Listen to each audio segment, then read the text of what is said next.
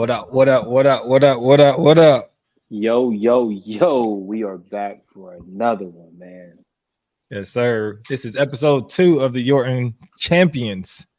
Interviews, and we got another special guest. Or we call them like repeat offenders when they come back and join us for another conversation because we made it past the first one with them. So another repeat offender, friend of the show.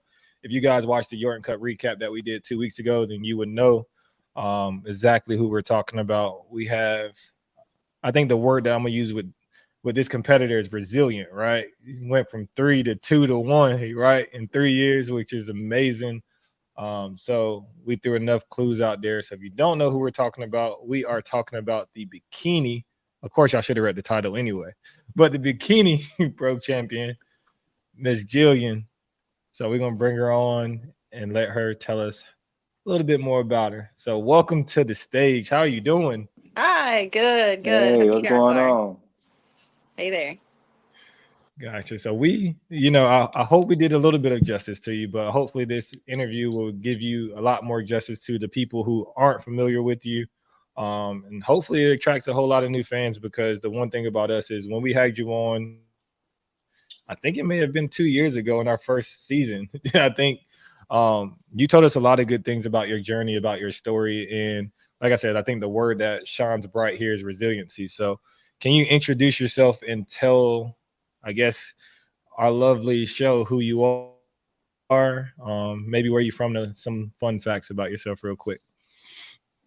My name is Jillian. I am from North Carolina, as you can probably tell from my lovely accent. And I still live in North Carolina. I'm a personal trainer. I have 3 kids and a husband. Um, I am fairly new, actually, to working out in general and bodybuilding, I guess. In 2019 is really when I first started working out at a gym. I did boot camps. I was invited by a friend, and a lot of people approached me at the gym and said that I should start competing.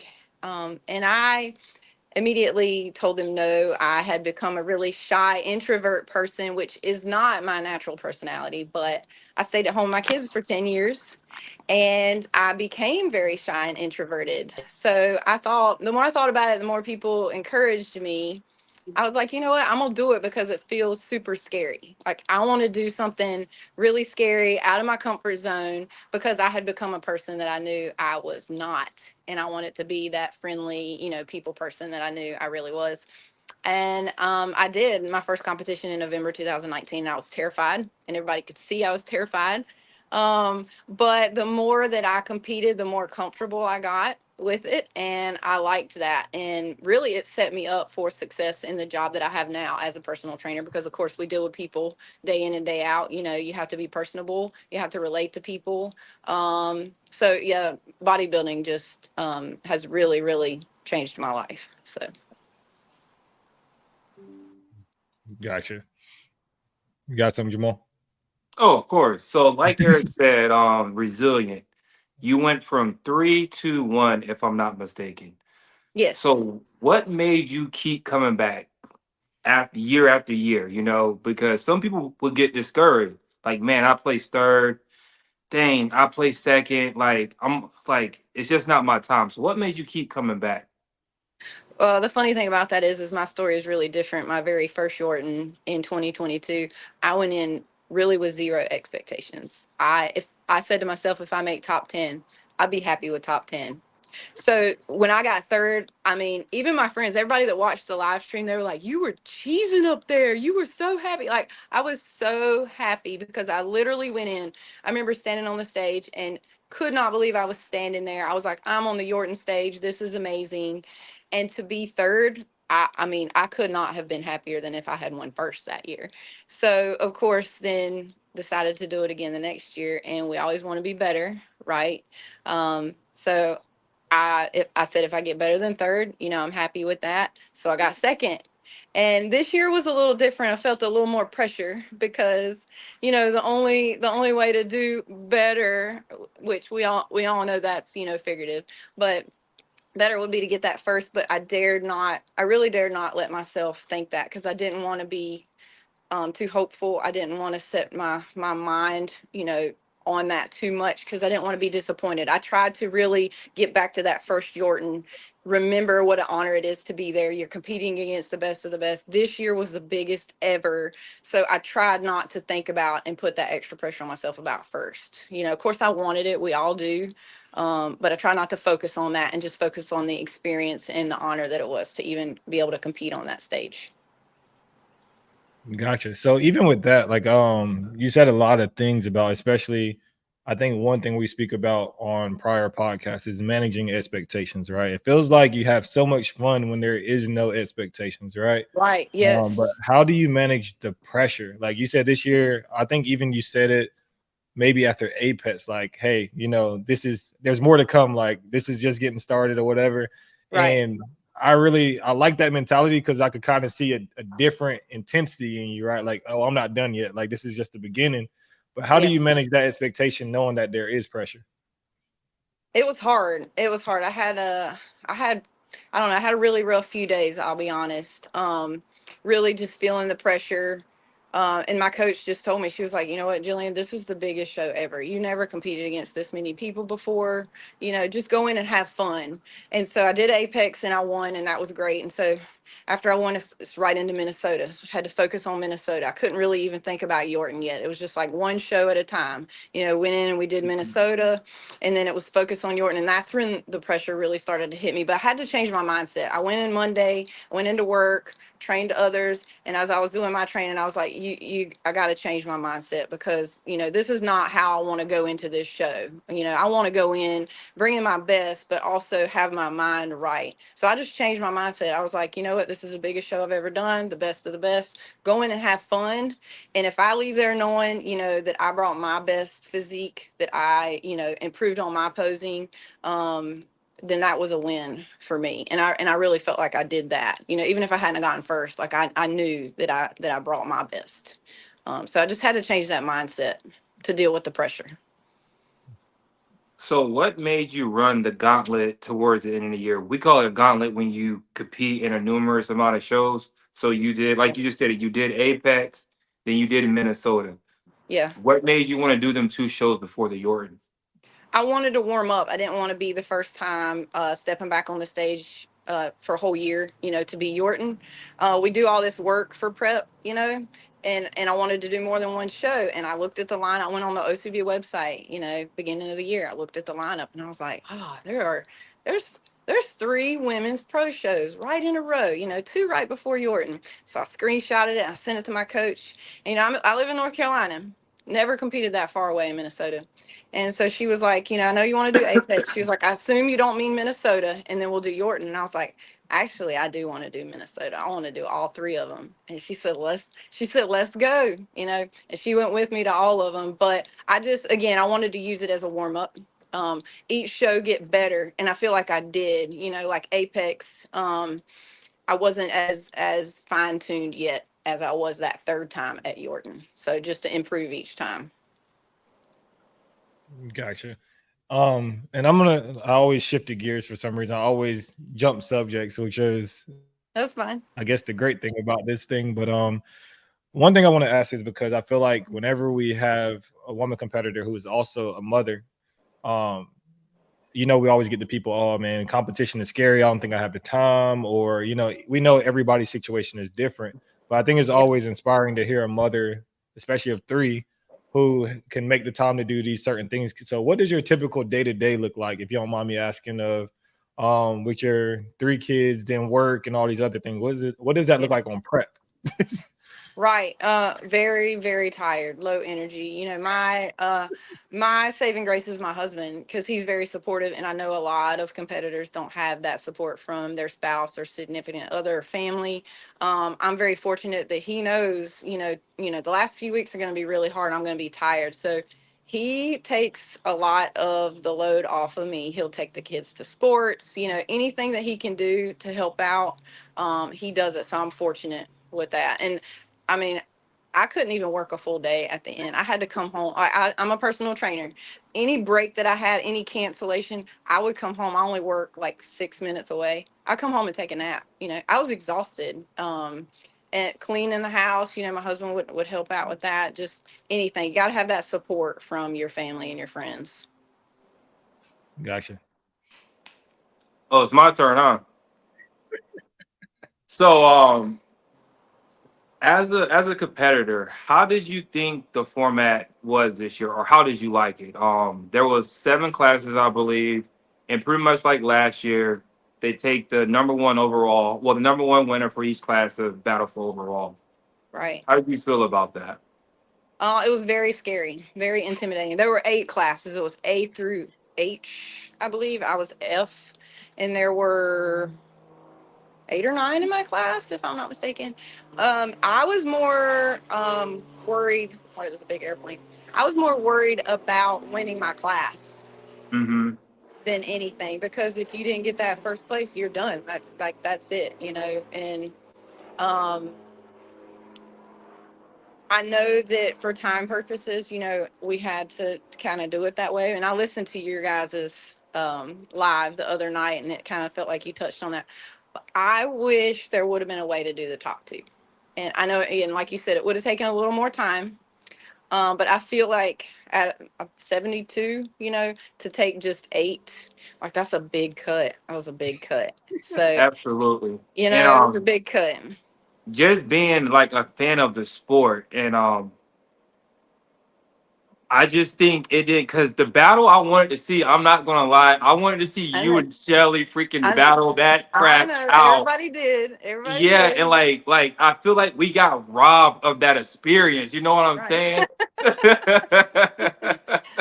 Oh, I know. No, no, I agree. I wish that it had been top 2 as well.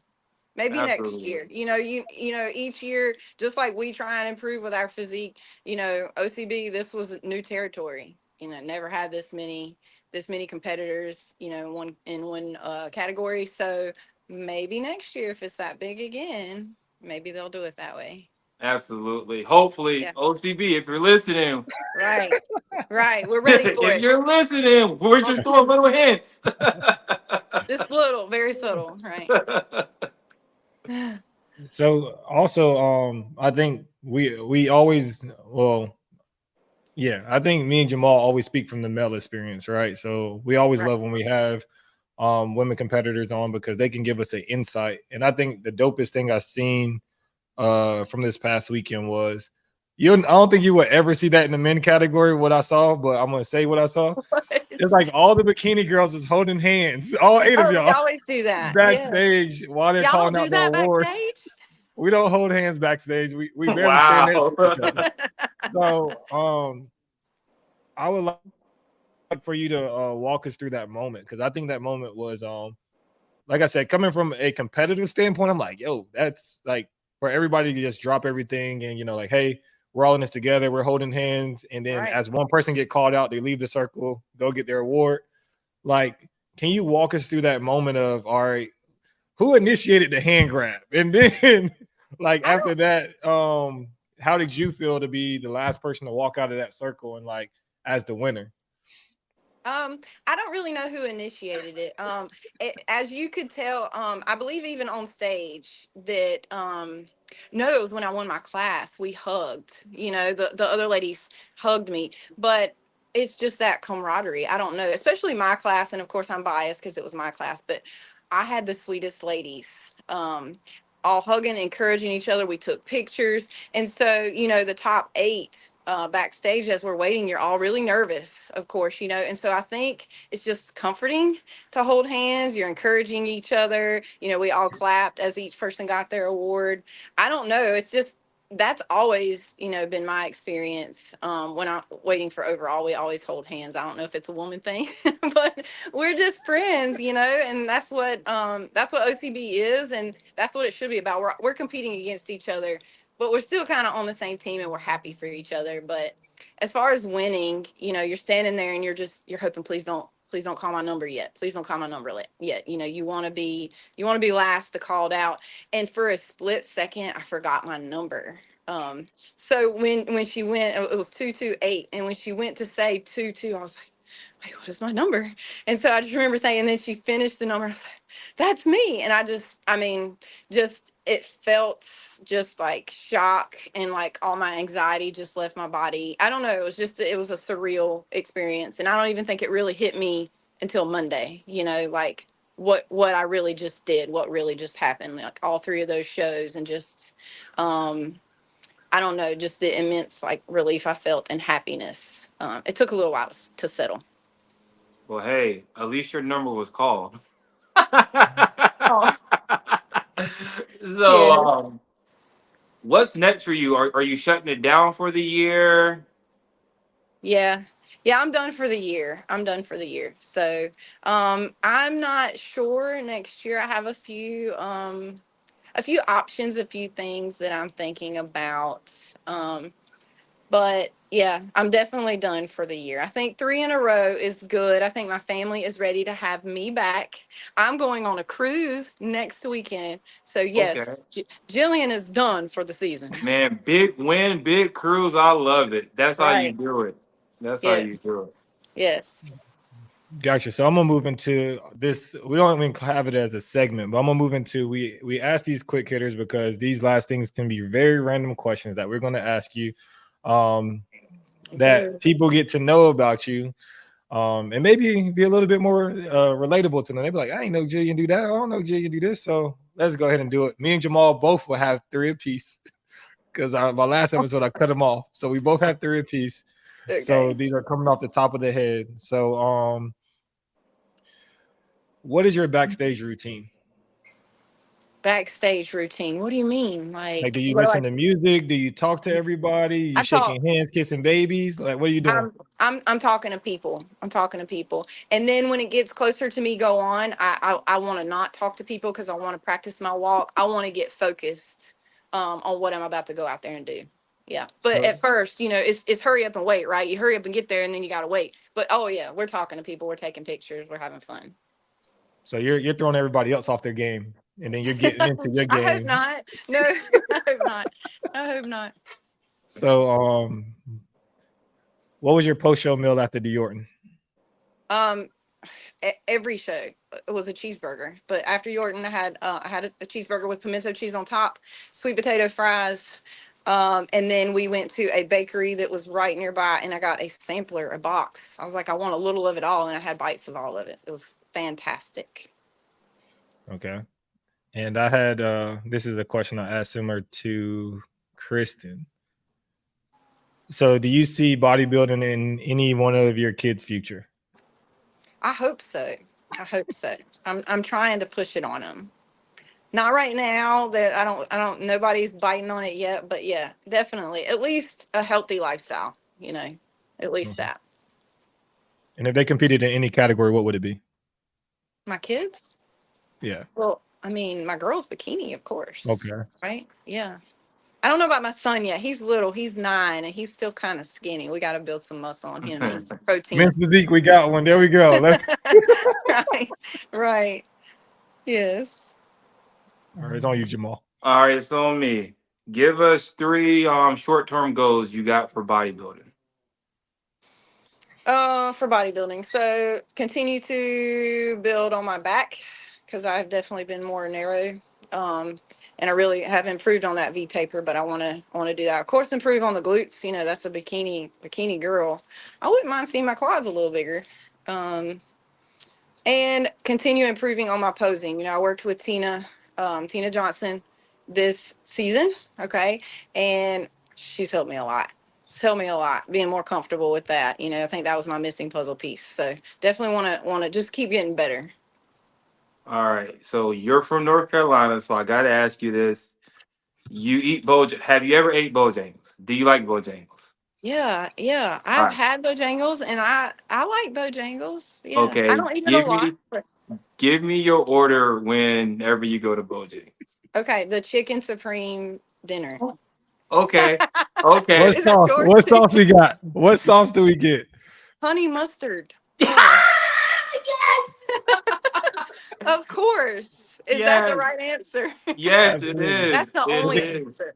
with the Cajun fries. You got to go that way. Yes, yeah. The 10, and it comes with a biscuit. I mean, it's all like carbs, like There we fried go. tenders, fries, and a biscuit.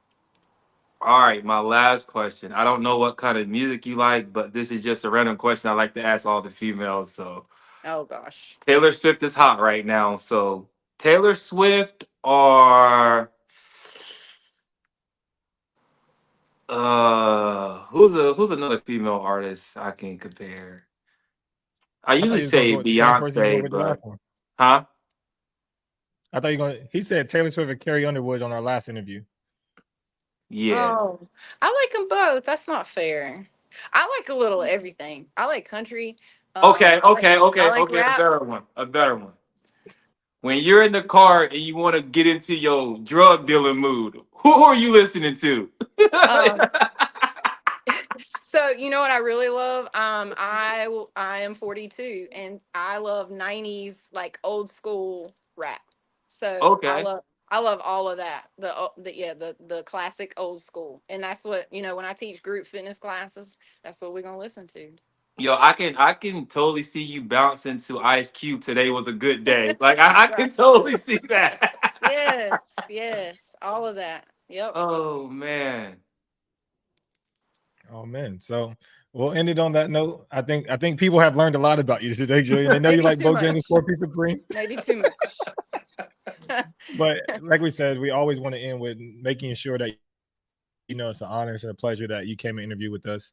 We're trying to make this a tradition, but we're trying to give especially people insights on you and especially highlight your accomplishment and, like we said, your resiliency over the past few years, especially from 2019. You said 2019 to now, right? So Yes. that's a long time to be in the sport. So we really appreciate you for joining us. And to Oh, hold everyone, on. I gotta shout the plug. So Chesapeake, Right. it's in like 2 weeks, I think. Soon. A week, Mm-hmm. 2 weeks. So listen, if you're a masters, it's a pro. Go get that money. Right. Bobby, you better send me my money for advertising this. but until next time.